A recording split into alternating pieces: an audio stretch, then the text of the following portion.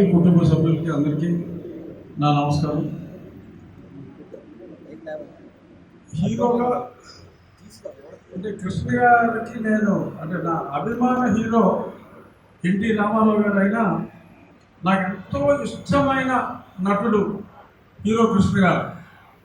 అంటే అభిమానానికి ఇష్టానికి ఇక్కడ చిన్న డిఫరెన్సియేషను. ఎన్టీఆర్ గారు అంటే హీరోగా అభిమానం, ఒక వ్యక్తిగా ఒక సినిమా హీరోలో ఒక వ్యక్తిత్వాన్ని చూసి చాలా ఎక్కువగా ఇష్టపడిన వ్యక్తి హీరో కృష్ణ గారు. మా ఫస్ట్ రమా ఫిల్మ్స్ ఫస్ట్ సినిమా ఇద్దరు దొంగలు ఎంతో సక్సెస్ఫుల్ సినిమా. అదీ కాకుండా కృష్ణ గారి ఫ్యామిలీకి, బంగారు గారు కానీ హనుమంతరావు గారు కానీ వాళ్ళ ఫ్యామిలీకి కానీ మా ఫ్యామిలీకి ఎంతో అనుబంధం, మద్రాసు నుంచి అనుబంధం ఉంది. ఇప్పటికీ అనుబంధం కొనసాగుతూనే ఉంది. ఈ సందర్భంగా కృష్ణ గారి బర్త్డే సందర్భంలో పాల్గొనే అదృష్టం కలిగినందుకు అందరికీ ధన్యవాదాలు చెప్తూ నమస్కారం. అందరికీ నమస్కారం అండి. ఇది అదృష్టం అనుకోవాలో దురదృష్టం అనుకోవాలో, కృష్ణ గారి జన్మదినం రోజు ఆయన లేకుండా మాట్లాడడం అనేది నిజంగా ఒక విధంగా దురదృష్టమే. నాకు నేను ఎన్నో ఇంటర్వ్యూలో చెప్తా, నేను ఈరోజు రాజకీయ నాయకుడు అయ్యానంటే ఓన్లీ వన్ కృష్ణ గారి సినిమాలు చూసి. కృష్ణ గారు పరుచూరు గారు ఇందాక చెప్పారు, ఆయన ఎప్పుడు చెప్తుంటారు మా డైలాగ్కి సరపడా టోను ఒక కృష్ణ గారి దగ్గరే ఉందని ఎన్నో వాటిలో. ఆ డైలాగులో అవన్నీ కూడా అరే ఇలాగా మనం కూడా ప్రజల్లోకి వెళ్ళాలి, ప్రజల్లో మాట్లాడాలి అని ఒక ప్రేరేపణ కృష్ణ గారి సినిమాలు చూసే నేను రాజకీయాలు ఎంచుకున్నాను. అది కృష్ణ గారికి అనేక సార్లు చెప్పాను. అలాగే బంగారు గారు, బోస్ గారు వల్ల ఎన్నోసార్లు ఆయన దగ్గర కూర్చొని ఎన్నో విషయాలు మాట్లాడడం జరిగింది. ఏదేమైనా ఆయన మన మధ్యలో లేకపోవడం మన దురదృష్టం. అలాగే ఆయన చివరి కోరిక ఘట్టమైన జయకృష్ణ గారిని పెద్ద హీరోని చేయాలనేది ఆయన చివరి కోరిక. ఎన్నోసార్లు, ఎందుకంటే ఆయనకి దగ్గరగా ఉంటాం కాబట్టి మా దగ్గర చెప్పేవాళ్ళు కాబట్టి ఆయన జయకృష్ణ గారు పెద్ద హీరోగా, మహేష్ బాబు లాగా పెద్ద హీరోలాగా అయిన రోజు నిజంగా కృష్ణ గారి ఆత్మకి శాంతి కలగడమే కాదు, ఆయన చాలా హ్యాపీగా ఉంటాడని తెలియజేస్తూ సెలవు తీసుకుంటున్నాను. జై హింద్, జై కృష్ణ. అందరికీ నమస్కారం. ప్రపంచంలో ఎవరైనా అదృష్టవంతులు ఎవరు ఉన్నారంటే అందరికన్నా గొప్పవాడు అంటే అది నేనే. అంటే ఆయనకి ఒక ఫ్యాన్గా నాకు ఇంకా గుర్తు, నేను చిన్నప్పుడు కృష్ణలంక గుంటూరు వారి వీధిలో ఉన్నప్పుడు ఒక కర్ర పట్టుకొని తిరిగేవాడిని. అగ్నిపర్వతం తర్వాత ఆ కర్రతోనే ఎంతసేపు ఉన్నా సరే ఆ కర్రతోనే ఎవరితోనే మాట్లాడినా ఆ కర్రతోనే ఆయన అంత ఇన్ఫ్లుయెన్స్ చేసేవాళ్ళు. సో అలాంటిది ఆయనతో పాటు కలిసి వాళ్ళ కుటుంబంలోకి రావడం ఐ థింక్ దేవుడు నాకు ఇచ్చిన పెద్ద వరం. నేను కృష్ణ గారి గురించి నేను చాలా నేర్చుకున్నాను. చెప్పాలంటే అసలు పుస్తకాలుగా చెప్పచ్చు. బట్ నా ఎంగేజ్మెంట్ రోజు, ఎంగేజ్మెంట్ రోజు చాలా చిన్న లిమిటెడ్ పీపులే, ఇప్పుడు మనం వచ్చాము ఇంతవరకే. దానిలో ఒక ఆయన, చాలా ముసలి ఆయన ఒక ఆయన ఉంటే ఆయన తీసుకెళ్ళి నన్ను పరిచయం చేశారనమాట. ఎవరు అంటే ధూండి గారు కృష్ణ గారితో సినిమా చేశారు అని చెప్పి నాతో సినిమా చేశారు. కృష్ణ గారు తీసుకెళ్ళి పరిచయం చేశారు. అంటే అన్ని సినిమాలు చేసిన తర్వాత కూడా మొదట్లో ఆయనతో ప్రొడ్యూస్ చేసిన ఒక ప్రొడ్యూసర్ని రెస్పెక్ట్ చేయడం అది నాకు చాలా మంచిగా అనిపించింది. అంతేకాదు ఇంకా చాలా చాలా ఉంటాయి. అంటే మన జనంలో ఒకప్పుడు, ఇప్పుడు వాచ్లు ఉన్నాయి, టైం చూసుకుంటూ ఉంటాం. ఇదివరకు వాచ్లు లేని టైంలో మనం సూర్యుడిని అలా చూసుకుంటూ ఉంటాం. కానీ కృష్ణ గారు ఉన్నప్పుడు వాచ్ అవసరం లేదు. ఆయన ఇలా పలానా ఎప్పుడు ఇంటికి వచ్చేవాళ్ళు, ఇలా ఇంటికి వచ్చారు అంటే గోడ మీద వాచ్ చూసామంటే 6:30 అవి ఉంటుంది. సో ఆయనకి కానీ ఆయన చుట్టుపక్కల ఉన్న వాళ్ళు ఎవరికి వాచ్లు పెట్టుకోవాల్సిన అవసరం లేదు. ఆయన చూసి ఫాలో అయిపోవచ్చు. ఒక సూర్యుడు లాంటి వ్యక్తి. అండ్ అంతేగా డిసిప్లిన్. అంటే ఒక పెద్ద హీరోకి జనరల్గా చాలామంది అసిస్టెంట్ ఉంటారు, 10-15 మంది. ఒకరు మంచినీళ్ళు ఇస్తారు, ఒకరు అది ఇస్తారు, ఒకరు చెప్పులు వేస్తారు. సో చాలా చాలా మంది అసిస్టెంట్స్ ఉంటారు. కాకపోతే ఆయన తీసుకునే కేరు ఫ్యామిలీకి సంబంధించి ఎవరికి వదలకుండా వాళ్ళకి చెప్పినా సరే ఆయన ఫాలోఅప్లు చేసి. చిన్న ఎగ్జాంపుల్ ఏమైనా చెప్పాలంటే, ఇంట్లో ఏదైనా నీళ్ళు రావట్లేదు అనుకోండి, నేను హరికి చెప్తానమ్మా అని చెప్పి నువ్వు కూడా హరికి ఫోన్ చేయని చెప్పి అంటారు. దాని తర్వాత ఆయన ఇంటికి వెళ్ళేటప్పుడు దారిలోనే హరి ఇలా ఒక చిన్న ప్రాబ్లం ఉంది అది వెళ్ళి చేయి అంటారు. నెక్స్ట్ డే మళ్ళీ హరికి ఫోన్ చేసి అయిందా అని అడుగుతారు. అయిందని చెప్పిన మళ్ళీ అక్కడ ప్రియాకి ఫోన్ చేసి అయిందని చెప్తున్నాడు, అయిందా అమ్మా అని అడుగుతారు. అంటే అంత పెద్ద హీరో ఉండి అంత పెద్ద స్టార్ అయ్యండి ఒక 10-20 మంది పక్కనే ఉంటారు, వాళ్ళు ఫాలో అప్ చేయొచ్చు. కాకపోతే ఆయన ఫోన్ చేసి ఎవ్రీ మైన్యూట్ థింగ్ అందరినీ హ్యాపీగా ఉంచాలి ఫ్యామిలీ అనేది ఆయన తీసుకునే care is something I have learn. నా మీద ఇవన్నిటికన్నా కూడా చాలా పెద్ద బాధ్యతలు ఉంది. అదేంటంటే నా పిల్లలకి ఇంకా నెక్స్ట్ జనరేషన్ వాళ్ళకి ఆయన గురించి ఆయన సినిమాలు చూపించడం, ఆయన సినిమాలు చూపించి ఆయన చాలా నేర్చుకోవడం, ఆయన దగ్గర నుంచి నేను నేర్చుకున్న డిసిప్లిన్ నా పిల్లలకి ఇవ్వడం. సో డెఫినెట్గా నా లైఫ్ లాంగ్ అది చేయడానికి ట్రై చేస్తాను. And thank you. పెద్దలకు, కుటుంబ సభ్యులకు, మిత్రులకు నమస్కారం. ఇందాక అన్నయ్య పరశురు గోపాలకృష్ణ గారు ఈ తెలుగు పరిశ్రమకి 2 కళ్ళంటే ఇది సత్యం. సినిమాకి, తెలుగు సినిమాకి గౌరవం తెచ్చింది, జనాల్లో మరింత గౌరవాన్ని పెంచింది శ్రీ నందమూరి తారక రామారావు అయితే, తెలుగు సినిమా కీర్తిని ఇటు హిమాలయాల దాకా అటు సముద్రాలు దాటి రష్యా దాకా తీసుకెళ్ళిన ఘనత కృష్ణ గారు. పాన్ ఇండియా అక్కడి నుంచే మొదలై మోసగాడు గారు అల్లూరి సీతారామరాజు గారు. నేను మొన్న ఇంటర్వ్యూలో చెప్పాను, కృష్ణ గారు ఒక రథం అయితే 2 చక్రాలు కృష్ణ గారు రథానికి, హనుమంతరావు గారు, బంగారు గారు, ఇలా ముగ్గురు కలిసి ఒక చరిత్ర. తెలుగు సినిమా గుర్తుపెట్టుకోవాల్సిన, పాటించవలసిన సూత్రాలు, సినిమాలు తీసి సక్సెస్ అంటే ఏంటో చూపించినటువంటి సంస్థ పద్మాలయాలు. నేను ఎప్పుడూ చెప్తూ ఉంటాను, కృష్ణ గారు ఎప్పుడూ దేవుడు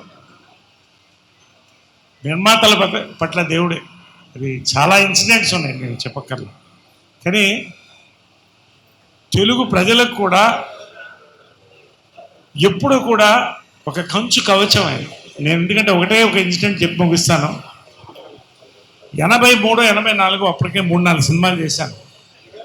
వరదలు వచ్చిన రామారావు గారు, స్వర్గీయ రామారావు గారు ముఖ్యమంత్రి గారు ఫండ్ కలెక్షన్ కోసం రావడం జరిగింది.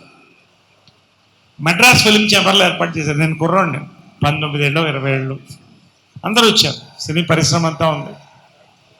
డొనేషన్లు ప్రారంభించినప్పుడు ఎవరు 10,000 దాటట్లా. అంటే 10,000 అంటే తక్కువ కాదు ఆ రోజుల్లో, 83లో అందరూ 10,000. నా చెవుల్లో కృష్ణ గారు పక్కన వచ్చి మీ బ్యాంకులో ఎంత ఉందన్నారు. నాకు అర్థం కాక 15,000 ఉందండి అన్న. నేను 10,000 ఇస్తాను, 25,000 అని అనౌన్స్ చేయాలి. 25,000 అనౌన్స్ చేయని రామారావు గారు, షేబాన్ ఆల్ ఆఫ్ యూ, ఇంత కుర్రవాడు వచ్చి నాకు కళ్ళల్లో నీళ్ళు తిరిగిపోతుంది. కృష్ణ గారు దండం పెడుతున్నాను, రామారావు దండం పెడుతున్నాను. లైఫ్లో మర్చిపోలేనండి. అందరూ కూడా 25,000 ఇవ్వడం మొదలెట్టారు. చివరికి రామారావు గారు ఉండి, కృష్ణ నువ్వేంటి అంటే, నేను ₹1,00,000 ఇస్తున్నాను కాక ఈ సంవత్సరం నా సినిమా ఏది రిలీజ్ అయినా ఫస్ట్ డే కలెక్షన్స్ తెలుగు ప్రజలకు ఇస్తాను. నా లైఫ్లో మర్చిపోలేని సంగతి, చాలా నేర్చుకున్నామండి జీవితంలో. ఒక జన్మ, నిజంగా ఒక గురువు. అలాంటివి ఎన్నో సంఘటనలు రోజు తలుచుకుంటూనే ఉంటాం. రోజు పొద్దునే లేచి దండం పెట్టుకుని, ఆయనకి అమ్మ కూడా దండం పెట్టుకుని, అందరికీ దండం పెట్టుకొని బయటికి వెళ్తాం. నిజంగా అదృష్టం తెలుగు సినీ పరిశ్రమకు కానీ, కుటుంబానికి కానీ, మనందరికి కూడా అభిమానులకు కానీ ఇటువంటి ఒక వ్యక్తి, ఒక శక్తి మనం మధ్య, వాళ్ళ మధ్య మనం ఉన్నందుకు చాలా థ్యాంక్స్ అండి. నిజంగా జన్మధాన్యం. మన మాధవరావు గారు లైఫ్లో మర్చిపోలేని, ఆయనకి ప్రజానాట్య మండలి నుంచి ఆయనతో పాటు ఉన్నటువంటి వ్యక్తి.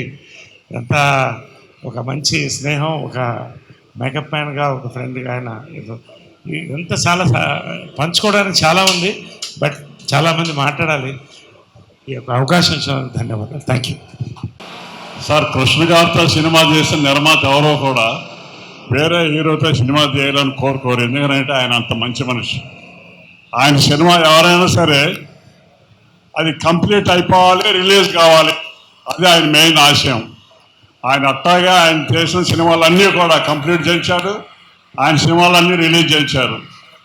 మేము అన్నదమ్ముల సవాల్ అనే సినిమా 30 రోజుల్లో తీయాలని ప్లాన్ చేసి సారథి స్టూడియోకి షూటింగ్ స్టార్ట్ చేస్తే అది 30 రోజుల్లోనే కంప్లీట్ చేసామంటే దానికి కారణం కృష్ణ గారు, ఆయన ఇచ్చిన సపోర్టు ఇవన్నీ కూడా ఉన్నాయన్నమాట. అందుకని కృష్ణ గారు నిర్మాతల మనిషి. ఆయన ఎప్పుడు బాగుండాలని మనస్ఫూర్తిగా కనుక్కుంటూ ఆయనకి ఇవాళ బర్త్డే సందర్భంగా ఆయనకు శుభాకాంక్షలు తెలియజేస్తున్నాం. Thank you. అశ్విని దత్ గారు కానీ, బోస్ గారు కానీ, రామలింగేశ్వరరావు గారిని, కళ్యాణ్ కానీ, పర్చూరి గోపాలకృష్ణ గారు కానీ, తమ్మారెడ్డి భరద్వాజ్ గారు కానీ, ఇలా అందరూ చాలామంది వచ్చారు.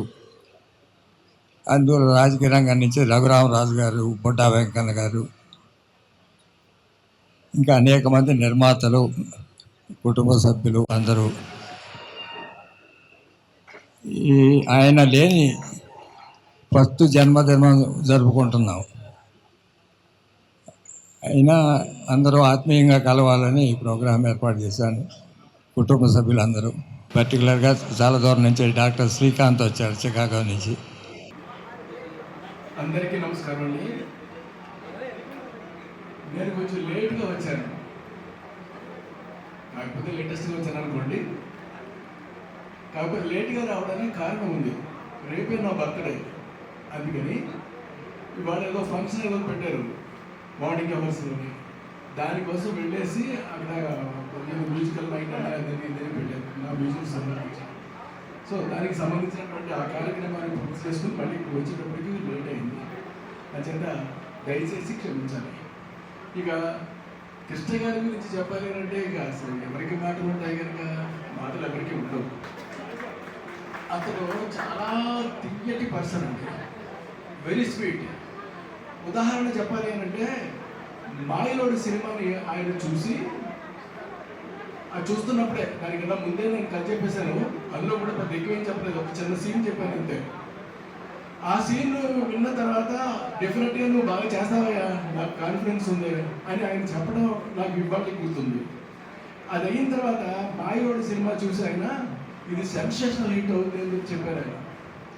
తర్వాత నాకు తెలిసి కొంతమంది ఆ సినిమాని చూసి కొనడం కూడా మానేశారు. ఎందుకంటే ఇందులో క్లైమాక్స్ ఎవరు చూస్తారంటే అలాగే. బట్ ఆ సినిమా సెన్సేషనల్ హిట్ ఈయన మాటల ప్రకారంగా అవడం అనేటటువంటిది ఉంది చూడండి. అది ఆ రోజు ఈ రోజు ఏ రోజు కూడా నేను మర్చిపోలేను. ఆ తర్వాత షూటింగ్ చేస్తున్నంత కాలం #1 సినిమా.